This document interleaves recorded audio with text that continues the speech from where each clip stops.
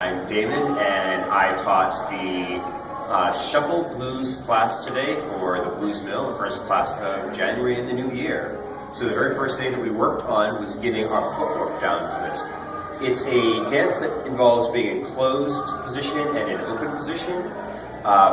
And rather than reverting to triple steps, what a lot of swing dancers would immediately gravitate towards, we're really trying to work with a heel, toe, and shuffle kind of look to it.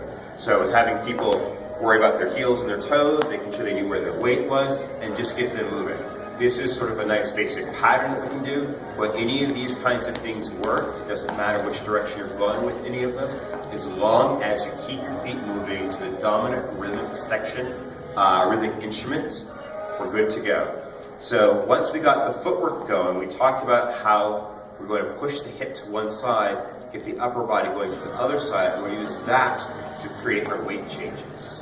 But I can also go in the exact opposite direction where the hips are leading the body, leaving the upper body behind, and having it catch up. From that point on, when we're going to actually involve the lead and follow with our partner, it's about moving the head, letting that bring the shoulders and the hips through, or about taking a point through with the step and letting everything else follow through. So it's always top, bottom, top. Either direction. We just don't want to start something that involves using the arms as a primary mode of movement. So we practice some patterns that are just back and forward with some turns and some sideways movements. Any direction you choose. The important thing is to keep the feet moving, get that hip and shoulder disassociation, and you're good to go. That's it. Shuffle Blues, Blues Mill. And this is our recap for week 2 of Texas Shuffle at Blues Mill. So the intermediate class, we focused on the concepts of frame, leverage, tension, and compression, and we did a lot of extra movement with the footwork in the space of sugar push and push break.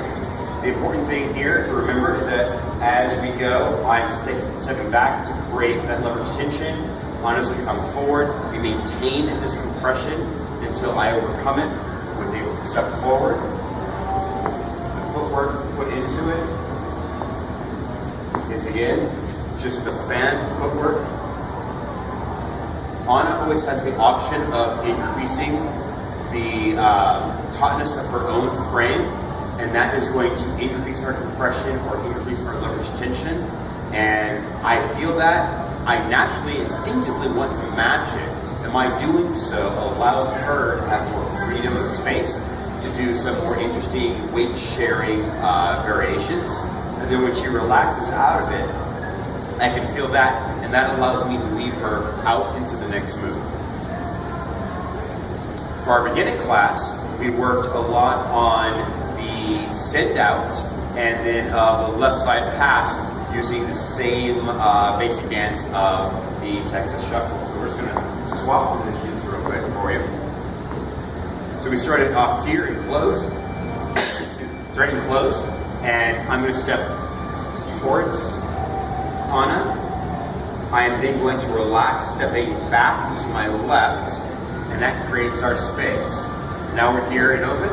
I'm going to turn and look, stepping in that direction. That creates the send out. The left side pass is the same thing, just starting in an open position.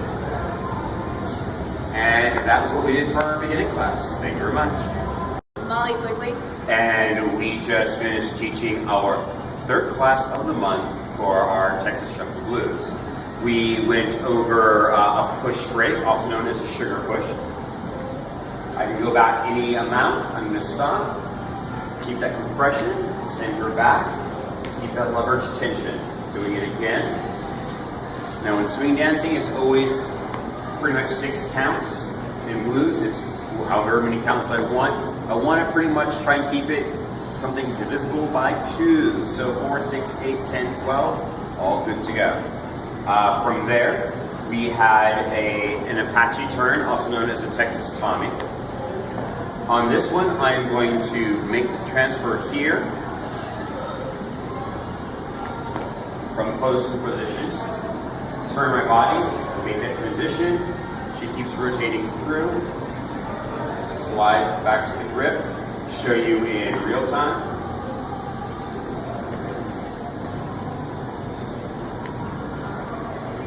And then the last thing we did was the Peabody move.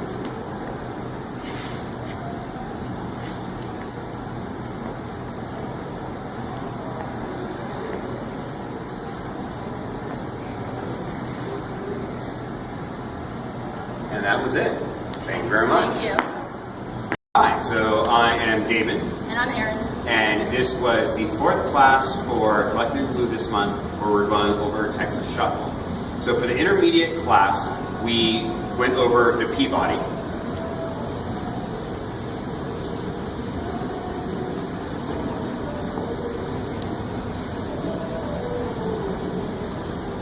And then we talked a little bit about footwork and our musicality, how it sticks around to a bunch of the rhythmic elements.